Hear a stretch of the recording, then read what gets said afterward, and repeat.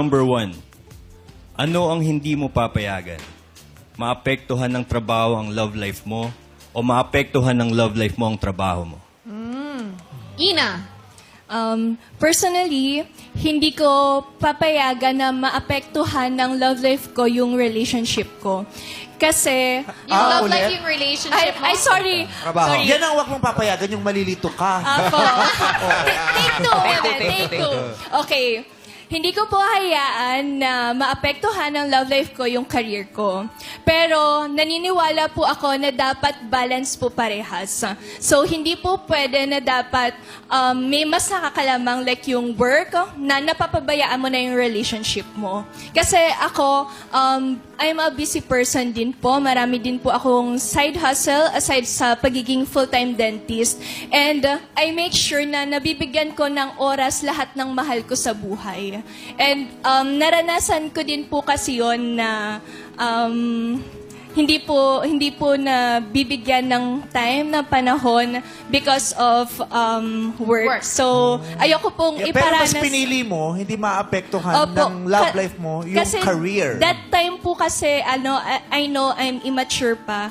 But now, I am mature enough na sa tingin ko, ready na ako mag-handle ng relationship. You just need someone na isusupport ka sa lahat ng bagay na gagawin mo, yung walang lamangan, at the same time, yung nandyan lang sa tabi mo, yung safe space mo. Yan po. Okay. Ezekiel, the strength from God.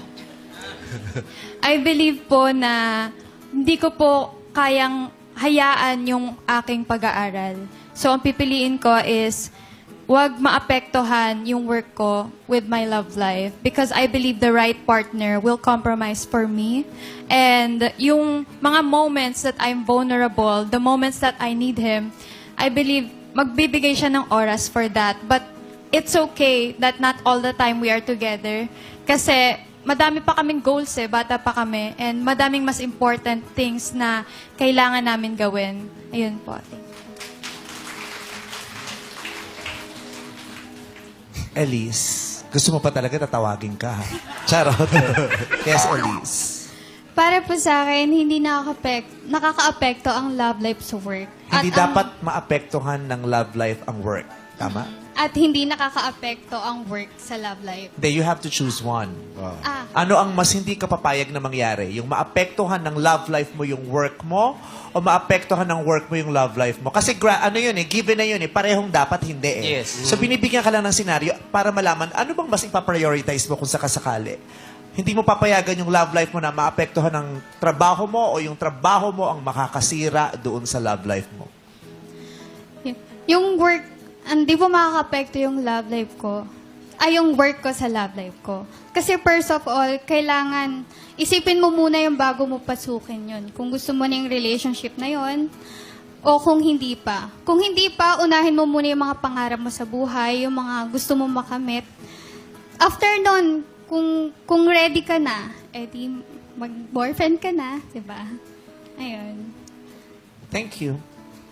Christian, may mga nagets ka naman sa mga sinagot mo. Meron po. Actually, Ano yung sa mga narinig mo yung pinaka-nagustuhan mo? yung case searching number 1 po. Yung pag-balance ng work and love life. So, Paano ba yun ginagawa? tingin ko po pagbibigay lang talaga ng pagkakaintindihan at respeto sa oras ng isa't isa. So, kailangan po talaga may ganun na bigayan sa relationship at malalim na pag-unawaan po para mabalanse lahat. Especially pareho kayo ng katrabaho. Oo, at saka pareho yung may effect.